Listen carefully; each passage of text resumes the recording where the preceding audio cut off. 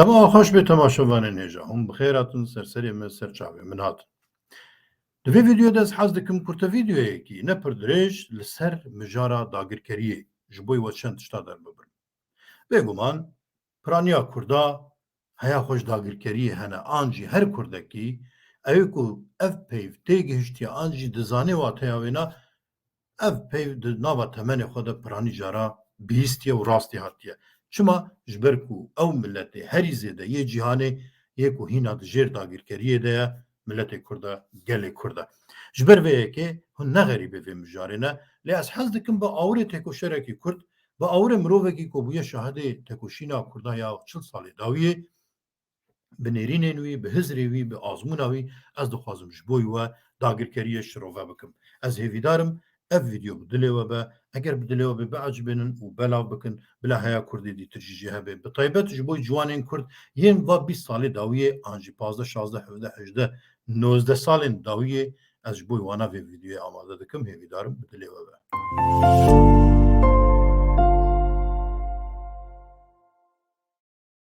Belê, dagirkerî wekî wateya peyvê kolonyalîzm ew dewlet an jî pergala ku li ser milletekî dîtir li ser dewletekî dîtir desthilata xwe zal bike dwarê siyasî û aborî de xwe bike hekmê wî milletî wê dewletê an jî wê deverê an jî wê erdî jê re tê gotin dagirkerî an jî kolonyalîzm.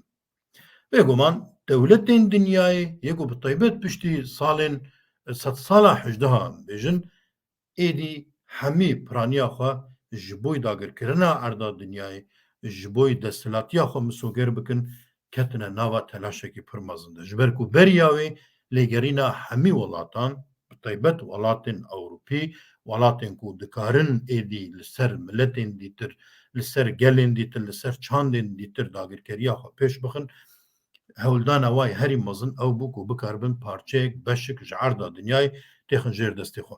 Bêguman ev ne di dema nûjen ne dema modern an jî şaristaniya nûjen de ev helwest ev nêzîkatî dest pê kiriye ji çêbûna komên mirovan de ev çanda zalbûnê çanda dagirkirinê heye û hetanî roja me îro her tim rengê xwe awayê xwe rêkê xwe guhertiye heta roja îro hatiye û hîna jî dagirkeriya herî mezin li ser Kurda tê meşandin ji aliyê çar dewletên cîhanê ve Kurd hatine dagirkirinê hatine parçekirinê û vî rengî jî têne meşandinê.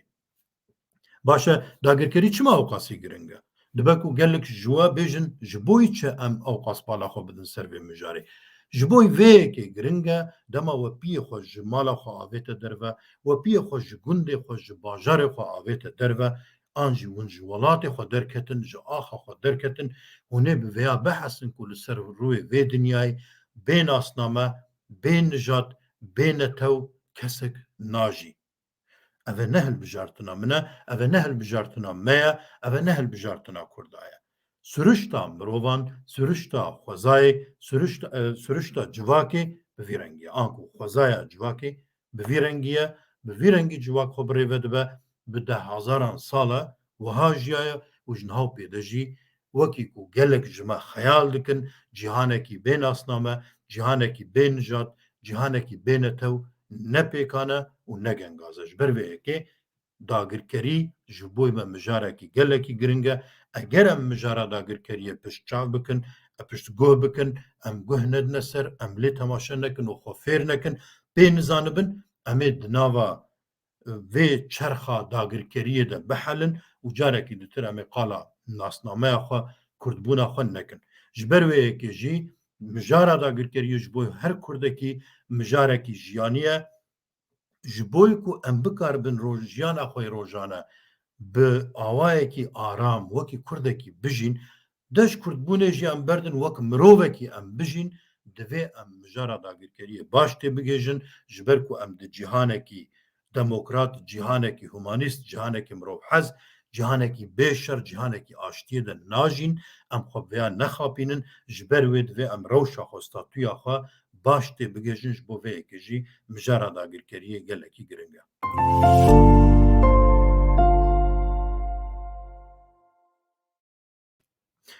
Xalekî dîtir ji bo giringiya mijara dagirkeriyê dixwazim derbibirim. Eger em bêjin çi karê me bi dagirkeriyê tune, ez mirovekî nûjenim, ez TikTokê bikartînim, ez Facebookê bikartînim, Twitterê bikartînim, YouTubeê bikartînim, siva disma metaverse pêş dikeve li kanala xwe de li kanala Kurtî TV de li ser metaverse min vîdeoyekî 20 deqa amade kiribûn dikarin wê jî temaşe bikin. Ez ê dirêjeka wê jî li jorê bidim hûn dikarin niha temaşe bikin.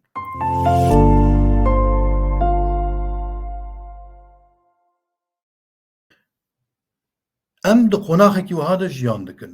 Çi karê me bi dagirkeriyê ketiye? Çi karê me bi Kurdbûn û Tirkbûn û Erebûn û Farsbûnê ketiye? Çi karê me bi nijad û nasname û netewê ketiye? Em dikarin herin Ewropa, em dikarin herin Amerîka, em dikarin herin zankoya bixwînin, em dikarin her deverê dinyayê bigerin. Dibe ku hindek ciwan bi vê rengî bifikirin. Lê pêwîst nakem xwe qet bixapînin, eger hûn wekî Tirkekî tev negerin, eger hûn wekî mirovekî Tirkiyê tev negerin, li rêze filmê Tirka temaşe nekin, li çanda Tirka temaşe nekin, li müzîkê Tirka guhdar nekin, nekevine nav filmê Tirkan de, dibistanê wana de hûn bi rengekî xwe nehelînin, di nav siyaseta we de hûn marjînal nebin, wekî wana tev negerin, wekî wana hûn pesnê dewleta we û komara we û cumhuriyeta wana nedin, hûn nikarin jiyan bikin.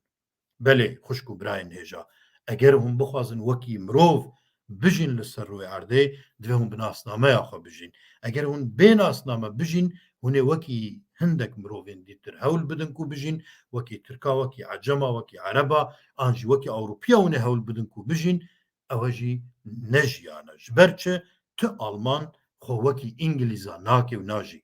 Ti Fransîz xwe wekî Alman e nake û najî. Heta gelek jê çendîn milletên hevbeş gelek tiştê wana hene, di nava hev de ne Frank û German her tim bi hev re bûne, dîsa jî ji hevdû adizin, dîsa jî peywendiyê wana dwarê derûnî de li hev nakin. Di rewşekî wisa de hûn nikarin bi nasnameya milletekî dîtir, bi nasnameya nijadekî dîtir ji xwe re jiyanekê ava bikin. Dibe ku hindek mirov di nava vê çerxa dagirkeriyê û vê çerxa asîmîlasyon û vê çerxa têkbirina çanda Kurdan de ji xwe re derfetekî jiyanê ava kiribin. Dibe ku hindek kesa ew derfetên aborî ji bo xwe ava kirin, karibin ku bikaribin xwe û malbata xwe bi rengekî bidin jiyankirinê û jiyanekê ji bo xwe dabîn bikin. Ev e bêguman pêkan e. Lê belê ev e nayê wateyê ku wekî civak em Kurd bi rastî jî bi erza xwe, bi onura xwe, bi avrûyê xwe wekî mirov dijîn. Tiştekî wiha tune ye. Ew mirovê ku bê nasnama xwe misilmantiyê dike û di nava çerxa dagirkeriyê de kesek dengê xwe jê re nake, ev e nayê wateyê ku ew mirov misilman e, ji ber ku dîndarekî gelekî baş e, ji ber vê yekê qîmet tê dayîn jê re, ji ber vê yekê kesek dengê xwe jê re nake. Tiştekî wiha tune ye. Ji ber ku li Kurdbûna xwe mikur nayê, ji ber ku Kurdbûna xwe napejirînê, di nav civat û cemaetên serdestan de dikare cî bigire. Ew karmendê ku xwedî Kurdbûna xwe dernakeve û di nava çerxa dagirkeriyê de ji xwe re ciyek ava kiriye û perê xwe qezenc dike û bi awayekî jiyana xwe bazirganiyê bi ser dixe, ew jî kê nexwedî abrûyekî xwedî erzekî wiha ye ku bikaribe bêje ez wekî mirovekî azad di vê dinyayê de dijîm. Na, li gel wîna bi her awayî dijî Kurda komkujî pêk werin, qetilyan pêk bên, wekû çand, wekû Hizir, wekû derûn êrişên pir dirinde dijî Kurda pêk bên, ew mirov helwest nikare bide nîşandan, ew mirov nikare xwedî li kesekî dî derbikeve, eger rabê milyonek dolar bibexşe ji bo mirovên Efrîqî, ji bo penaberên Afxanî, ji bo penaberên enzanin Pakistanê an ji yên deverekî dîtir, ev mirovbûna wî zêde nake.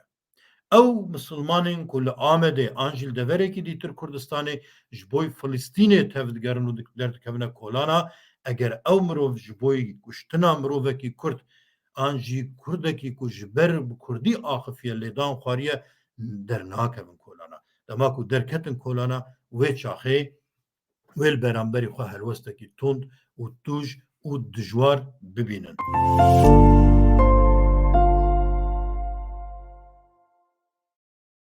Belê, mijara me dagirkeriye. Ev tiştên ku min qala wê kirî tiştên rojane ne lê berê giring in. Ev roj li ser erda Kurdistanê çar dagirker hene û ev dagirkerî jî nepirkevinin. Divan 100 salê dawî de ev dagirkerî pêşketiye. û ev dagirkerana Tirkî, İran, Iraq û Sûrî ev dagirkerana her ku dem diçe erda Kurdistanê dîse di navbera xwe de dabeş dikin.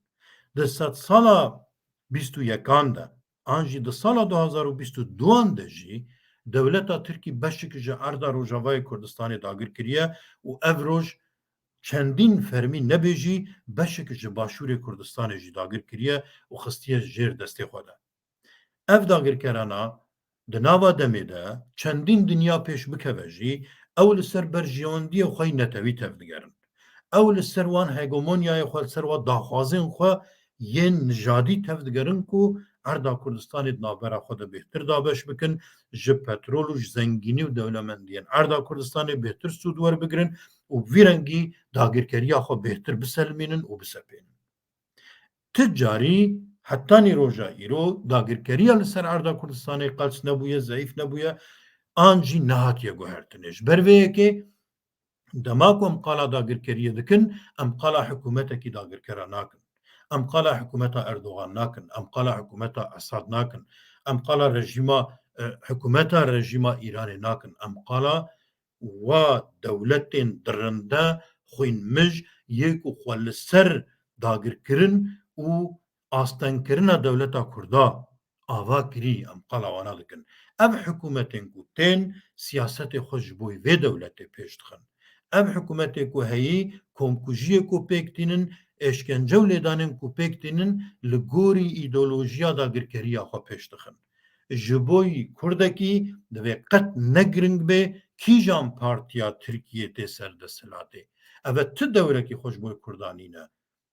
Kîjan mirovê Tirk an jî mirovê di nav rejîm û desthilata Tirkiyê de bête serdesthilatiyê ji bo Kurdan metirsiyeke, ji bo Kurda têkbirineke, ji bo Kurda bêhtir xurtkirina dagirkeriyê ye.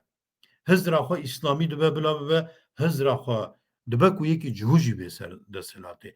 Dibe ku yekî Kurd jî were serdesthilatê û di nava siyaseta Tirkiyê heman wekî boşnaxa, heman wekî koçberên dîtir, penaberên dîtir yên ê ku nasnameya xwe werçerxandine û hatine di nava Tirkiyê xwe wekî Tirk pênase dikin, ew Kurdê ku di nava siyaseta Tirkî de jî cîgirtî bûyî desthilat pirin.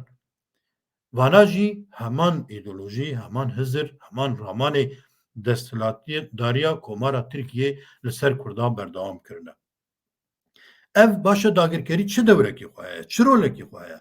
Dagirkerî her tim yek armanca xwe heye ku wî milletê jêr destê xwe bihelîne, wî milletê jêr destê xwe tune bike, bi rengekî zimanê wan ji dîrokê rake, bi rengekî çand û hunera wan ji dîrokê rake, bi rengekî hebûna wana nehêle. Ew zarokê wanayê ku çê dibin jî bi rengekî bihelîne, wana têxê jêr xizmeta xwe de û vî rengî çanda xwe berdewam bike. Wekî em hemû jî dizanin dema ku Ereb beriya ku îslam derbikeve jî li ser Kurdistanê, li ser erda Kurdistanê gelek êriş dikirin û dixwestin ku erda Kurdistanê dagir bikin. Lê belê bi derketina îslamê re dîsa heman çandê berdewam kir, xwestin erda Kurdistanê bi dest bixin. Lê dîtin ku bi şûr û lêdan û kuştinê ve nikarin erda Kurdistanê dagir bikin. Wê çaxê dest pê kirin, zarokên Kurda an jî ew deverên ku xistin jêr desthilatiya xwe de bi çanda İslamê ve perwerde kirin û evene xistin nava Kurda, nava Kurda de di nava dehan sal, pazdehan sal, 20 salan de êdî hêdî bi tesîrekî cuda, bi propagandayekî cuda, an jî pêgotinekî cuda İslam di nava erda Kurdistanê de belav kirin. Kurd bi tund û tujiyê bi şer û lêdanê ve nahelin. Herkes vêna dizane hemî dijminê Kurda jî vêna dizanin. Lê Kurd bi nêzîkatiyên nerm, bi helwestên nerm, bi rêk û rêçikên helandinê ve zû têk diçin. Çanda Kurda çanda herî kevnariya dinyayê ye. Gelek Kurd jî xwe gelekî biçûk dibînin, gelek cara dema ku ez tişta di derbarê dîrok û zimanê Kurdî de belav dikim, li hember vê derdikevin, wekî bêjin ma Kurd em çi neqey te ew qasî mezin behsê me dike. Xirvat xwe Kurd dibînin, Kurda behsê Kurdbûna xirvata nekiriye. Biborin. Li Ukraynayê Erda Ukraynayê tê behskirin ku beriya mîladê Kurdistanekî dîtir bû. Gelek deverên Ewropayê hene navê wana bi Kurdî hatine lêkirinê. Di nav gelek zimanên Ewropî de ne ji ber ku ev zimanana xwedan yek familyayê ne, xwedan yek malbatê ne, ji ber ku rasterast girêdanekî xwe bi zimanê Kurdî re hene li ser zimanê wana tê rawestandinê. Tê gotin ku ev zimanana jê dera xwe zimanê Kurdî dema ku qalavêna dikin gelek jê dibêjin ma Kurd ew qasî mezin in. Hîn dewletekî menîne. Pêwîst nake ku em xwe ew qasî biçûk bibînin.